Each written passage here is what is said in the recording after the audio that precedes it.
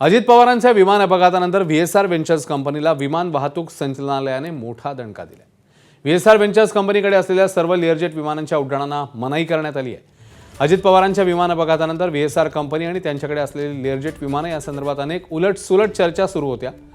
त्यामुळे डीजीसीएने या विमानांचं ऑडिट केलं. त्यानंतर लेअरजेट विमानांमध्ये अनेक उणीवा आढळून आल्या आहेत.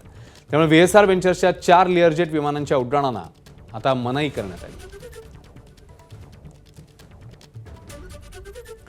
तर रोहित पवारांनी या डीजीसीएच्या कारवाईबद्दल काय म्हटलं ते बघूया.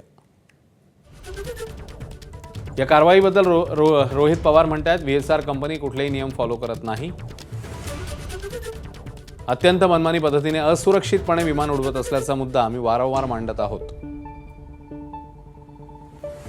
आज डीजीसीएने त्याच मुद्द्यावर व्हीएसआरच्या 4 विमानांना उड्डाण बंदी केली आहे. आपल्या लढ्याला यश येत असलं तरी ते केवळ नखा एवढे. अजून बरंच काही समोर यायचं बाकी आहे. उद्या सकाळी या विषयावर सविस्तर बोलेन.